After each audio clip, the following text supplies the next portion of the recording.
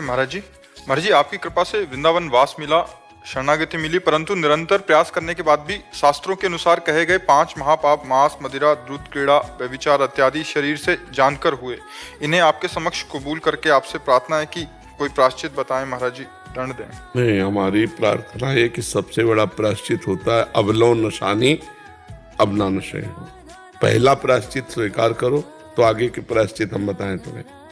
पहला स्वीकार करो अवलो नशानी अब ना नशे हो। आज तक किया, कसम खाता हूं कि आज के बाद नहीं करूंगा। बोलो, आज के बाद नहीं करूंगा। अभी एक शब्द भूल गए। आज कसम खाता हूँ आज के बाद नहीं करूंगा। नहीं करूंगा। सर्व पापों का प्रायश्चित पहले एक ये। दूसरा, भगवान से प्रार्थना करो कि भगवान मुझे इतनी सामर्थ्य दो कि मैं एक संत के आगे कसम खाया कभी मैं भूल न कर बैठूं। तीसरा, नाम जप करो। और चौथा, वृंदावन की परिक्रमा दो, दंडवती। एक परिक्रमा दंडवती ले दो, ठीक हो जाए। ठीक है महाराज जी, दंडवती परिक्रमा आपने बताई है, अगर वो एक ही दिन में करनी है या नहीं? एक दिन में तो हो ही नहीं सकती ना, वो क्रम बाय क्रम होती है। जितना 2-3 दिन आराम से लगाइए और जितने में लगाइए तो उसको फिर आगे मत क्रॉस कीजिए। पीछे जा सकते हैं आप, आगे नहीं जा सकते। राइट में इष्ट देव है इसलिए थूक नहीं सकते, लघु शंका नहीं कर सकते। बाएं मार्ग में, लेफ्ट में है कीजिए। और आगे नहीं जा सकते, पीछे लौट सकते कितना भी। तो ये कम से कम 7-8 दिन की साधना है। एक दिन में थोड़ी हो पाएगी।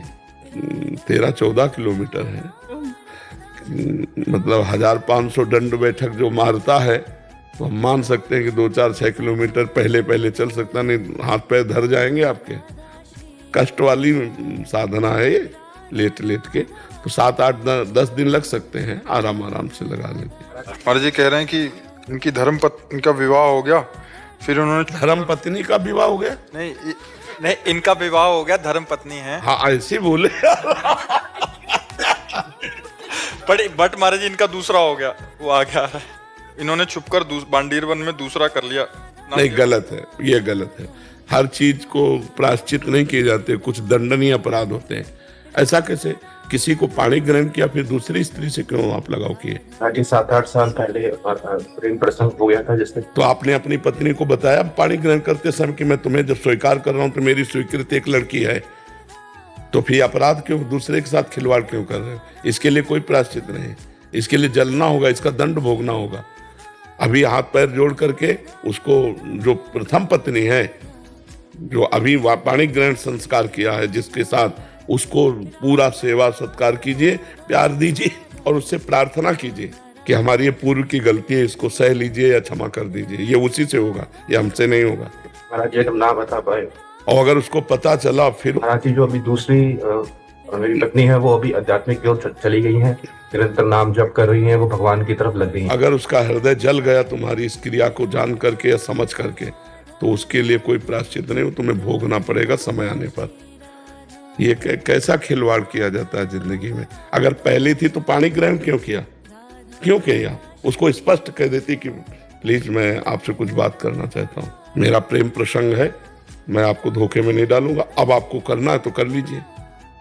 अगर अपनी बात हम कह देते हैं, किसी से तो हमें दबने की बात नहीं रहेगी। अब उसको तो आपने स्वीकार कर लिया कि पत्नी रूप में, इसके बाद दूसरे से चरित्रहीनता। अब ठीक हो जाओ यार, नहीं बहुत दुर्गति होगी इन सब आचरणों से। कुछ नहीं रखा, भोग लिया, कुछ मिला क्या तुम्हें? फिर क्या है ये? राधा। नमन शर्मा जी अम्बाला से। राधे राधे महाराज जी, मनुष्य के जीवन में कर्म प्रधान है या भजन प्रधान है? यदि मैं कर्म ठीक ना करूं और भजन करूं तो क्या बैलेंस हो जाएगा? कौन सा कर्म आप कर्म समझते हैं? जो भी महाराज जी जो हम सब करते हैं पूरे दिन में, दिनचर्या में, तो सब कर्म ही होते हैं, कुकर्म नहीं होते क्या? कुकर्म भी होते हैं महाराज जी, इसमें से कुछ। कुकर्म ना करना ही भजन है। भजन का मतलब समझते हो? जैसे हम कृष्ण कृष्ण राधा राधा जपते हैं तो हमारे अंदर पावर आता है, और उस पावर से जो नहीं करना चाहे उसको हम रोक पाते हैं, जो करना चाहे उसे हम कर पाते हैं। अभी क्या है, करना चाहिए सो भी हो रहा है, नहीं करना चाहिए वो भी हो रहा है, क्योंकि अविवेक है। इसलिए भजन करना अत्यंत आवश्यक है। भजन से ही सत्कर्म होते हैं, बिना भजन के सत्कर्म हो ही नहीं सकते हैं। मूल चीज भजन है, कर्म तो हमारी दुर्गति करते चले आ रहे हैं। अब भजन करेंगे तो हमारे वो कर्म होंगे जो सदगति जिनसे हमारी होगी, इसलिए भजन अनिवार्य है। भजन का तात्पर्य है हमारा पवित्र आहार होना चाहिए, हमारे पवित्र विचार होने चाहिए। हमें हर समय परम पवित्र भगवान का मधुर मधुर नाम स्मरण करते हुए, चाहे फावड़ा चलाना हो, चाहे विद्यालय जाना हो, जो भी कार्य हो, भगवान का स्मरण कर। अब होगा उद्धार, अब होगा मंगल। समझ पा रहे ना? नहीं तो अभी मन हमारा अच्छे काम के लिए सलाह देगा, थोड़ी देर में बुरे काम के लिए सलाह दे देगा, तो वो हो जाएगा निषिद्ध कर्म और ये हो जाएगा शुभ कर्म। लेकिन दोनों बांधने वाले, मुक्त करने वाला तो कोई कर्म बना ही नहीं, भजन। इसीलिए दोनों के बंधन में ना बंधे, न शुभ के, न अशुभ के, न सुख के, न दुख के, नाम जप करें। ठीक है वशिष्ठ जी। महाराज जी, आपके चरणों में कोटि कोटि प्रणाम। महाराज जी, आप कहते हैं कि भगवत प्राप्ति निसंकल्प होने पर होती है, परंतु ऐसा करने में बड़ी कठिनाई सी हो रही है। रोजमर्रा के कार्यों में कुछ ना कुछ तो गलती हो ही जाती है। बिल्कुल बच्चा, लेकिन भजन करोगे ना, नाम जप करोगे ना, तो वही पावर आ जाएगा जो अभी इस बच्चे से कह रहे थे। बिना भजन के वारि मथे घृत होए बर शिकता ते बर तेल, बिनु हरि भजन न भवतरी या सिद्धांत पेल। खूब राधा राधा राधा राधा नाम जप करो, माता पिता की सेवा करो, क्योंकि आप गृहस्थ बालक हो ना, और जो भी कार्य आपका, मतलब पढ़ाई पढ़ रहे हो तो बड़ी एकाग्रता से उसको पढ़ो। वो भगवान की पूजा है।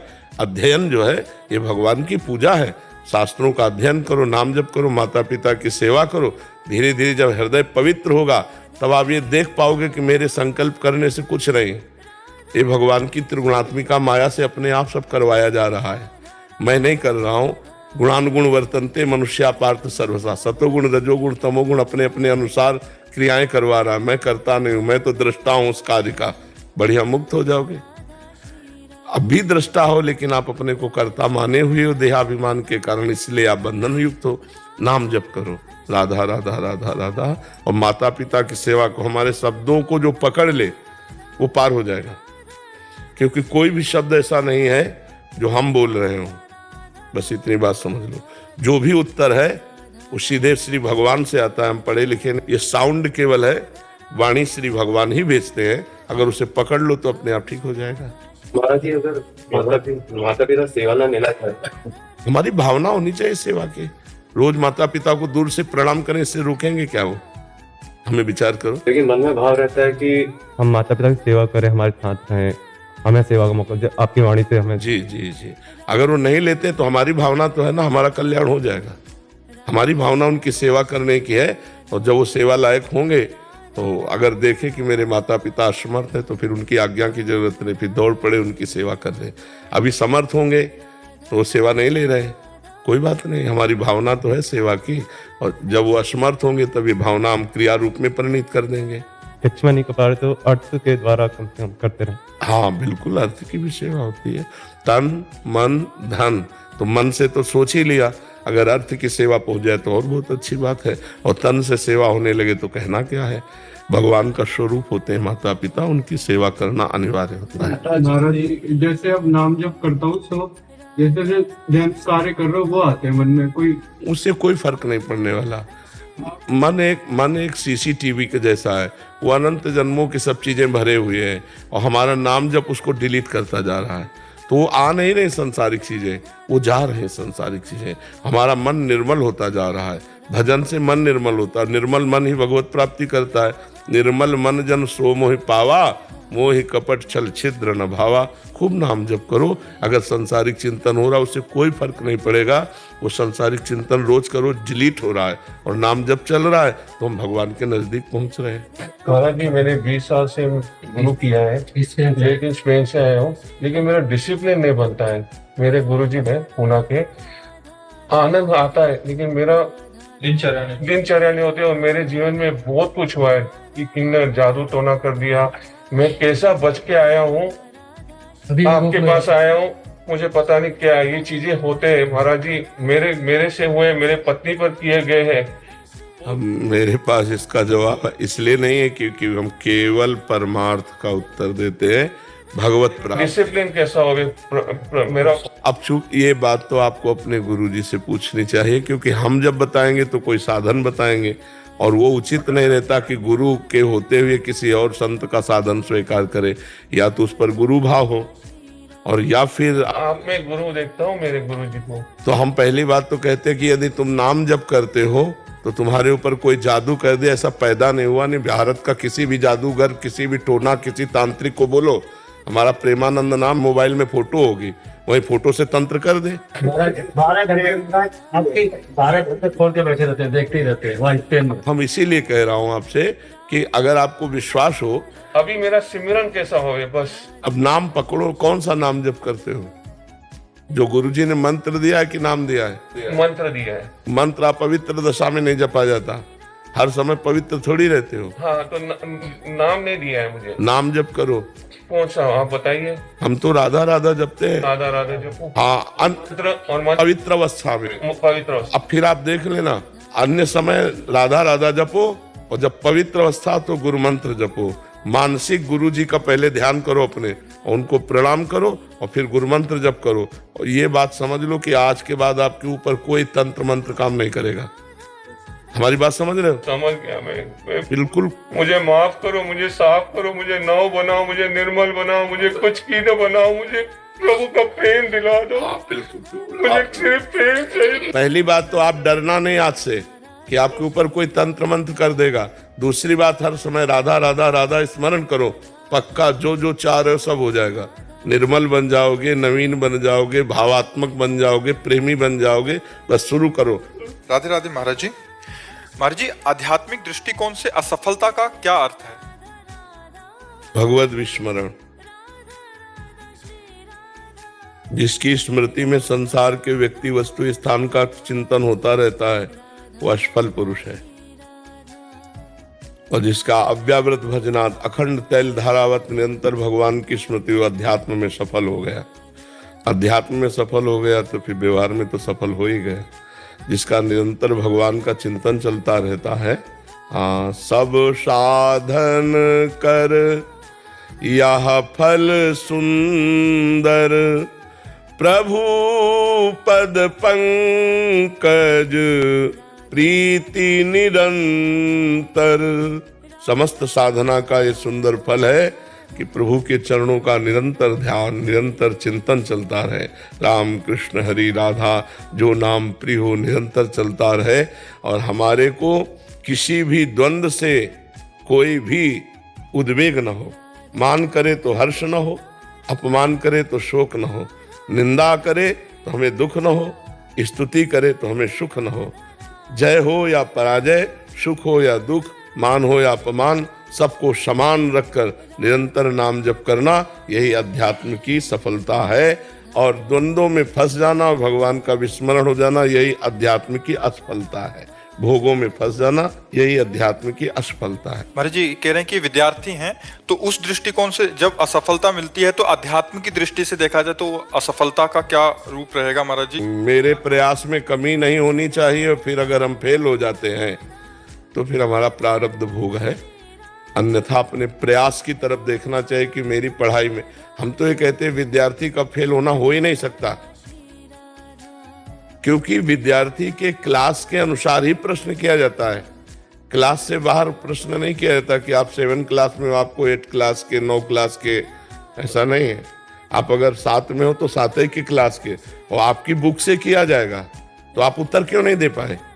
क्योंकि आपका एक चैप्टर है, उस चैप्टर में आप प्रवीण क्यों नहीं बने? साल भर दिया जाता है आपको जीतने के लिए, 1 वर्ष दिया जाता है। 1 वर्ष में परीक्षा होती है, जो क्लास परिवर्तन होता है तो 1 वर्ष सालाना परीक्षा के बाद ही तो होती है। तो 1 वर्ष तक आप क्या करते रहे? आप अगर सही प्रश्न का उत्तर दिए तो मुझे ऐसा नहीं लगता कि टीचर लोग हमारे सही उत्तर में नंबर ना दें। क्यों ऐसा हो सकता है सही उत्तर में नंबर ना दें? अगर वो ऐसा करते हैं तो महान पातक करते हैं, वो महान अपराधी हैं। अगर ऐसा करते हैं, मुझे तो लगता है ऐसा नहीं करेंगे कि अगर हम सही उत्तर, सटीक उत्तर दिया है तो नंबर उनको देना पड़ेगा। गुरुजी कंपटीशन है एग्जाम में, ऐसा नहीं होता है उसमें। अरे जी, कुछ जैसे अभी पढ़ाई हो गई, ग्रेजुएशन यहाँ हो गई, उसके बाद आईएएस या आईपीएस आदि की तैयारी करते हैं जब बच्चे, तो कहीं से भी हर फील्ड का ज्ञान होना चाहिए उन्हें, उसके लिए अब इतनी पढ़ाई कर चुके हो तो तुम्हें हर फील्ड का ज्ञान नहीं है। योग्यता के अनुसार ही प्रश्न होगा। मुझे ऐसा नहीं लगता है कि जो चैप्टर आपसे अछूता हो उसके विषय में पूछा जाए।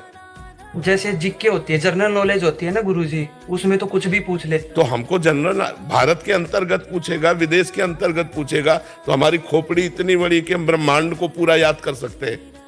अगर हम ब्रह्मचर्य से सही चले और अपनी पढ़ाई पर ध्यान दें तो कोई ऐसी बात नहीं जो हम बोल ना सके, कोई ऐसी बात नहीं।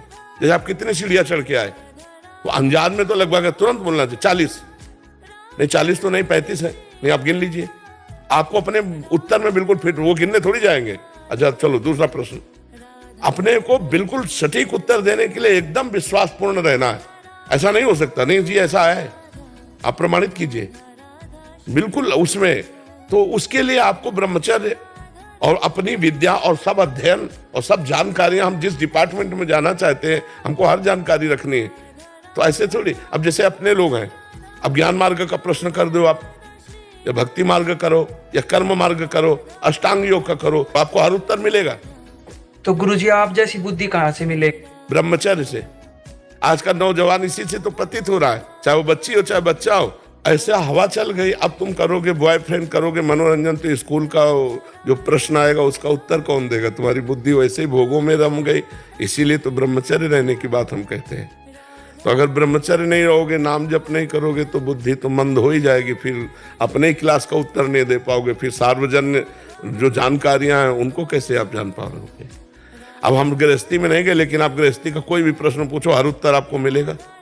एक बार सुन लिया, हमारे दिमाग में बैठ गया और दिमाग को वहीं लगा दिया, दिमाग को लगा दिया, वही बात अनुभव हो गई, वही तुम्हें बोल दिया।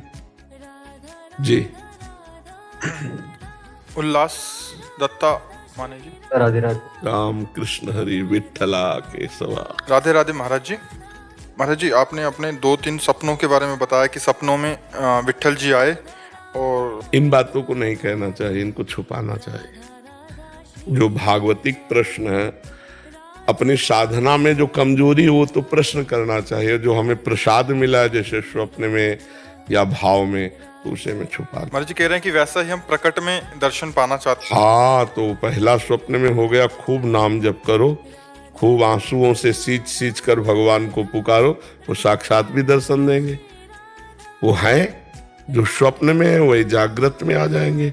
और खूब नाम जप करो, नाम जप से ही होता है।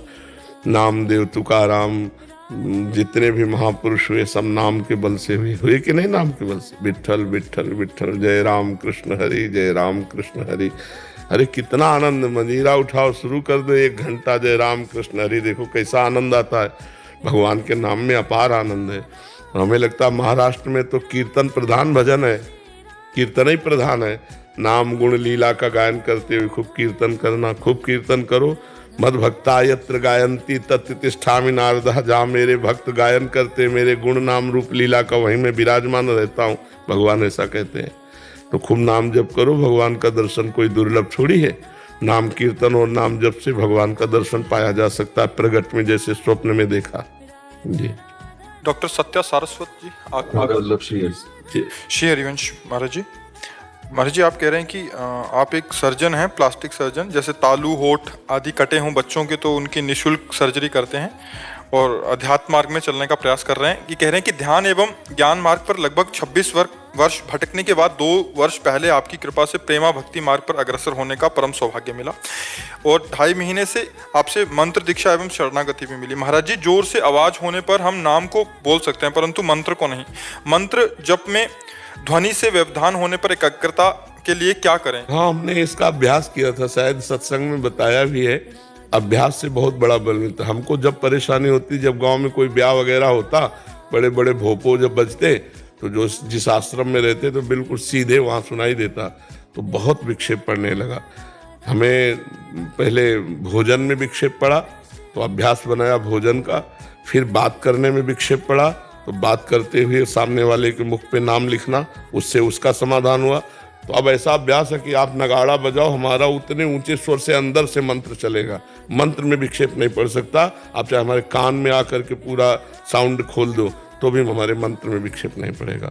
अभ्यास, तो हम ऐसा अभ्यास करें, हम उसको विक्षेप पहले ही मान लेते हैं। जैसे साउंड बजा, कोई गाना बज रहा है, कोई ऐसी बातें हो रही हैं या कोई ऐसी, तो हम उसको पहला काम क्या करते हैं, विक्षेप मान लेते हैं। अब हमारी धारणा बन गई कि विक्षेप है। हमको तुरंत सोचना है कि हमको मजबूत होना है, इस स्थिति में भी मंत्र नहीं छोड़ना है।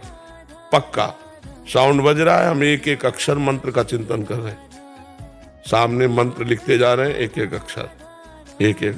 हम उसे मानते ही नहीं कि विक्षेप है, हम और आनंद में हो जाते हैं। हमारा आनंद अंदर का झूम रहा है, बाहर से वो बैंड बज रहे हैं, हमें क्या फर्क पड़ना है। पर ये अच्छे अभ्यास से होगा, अभी तो विक्षेप पड़ेगा। और अच्छा अभ्यास हो जाए तो फिर दुनिया के चाहे बैंड बजे, अपने कोई फर्क नहीं हो। हम अगर आंख मूंद के बैठ जाएं, जैसे तबला, हारमोनियम, ढोलक सब बज रही, वैसे हल्की सी आवाज सी लगती कुछ हो रहा है, बस खत्म। अपने सामने मंत्र लिखा चल रहा है, उसी का चिंतन कर रहे हैं। इतने रूप हैं, सुबह से इतनी भीड़ थी, एक भी व्यक्ति का चिंतन नहीं, क्योंकि हर व्यक्ति में भगवान का दर्शन करते हुए, हर व्यक्ति में भगवान का भाव करते हुए सबको देखते हैं।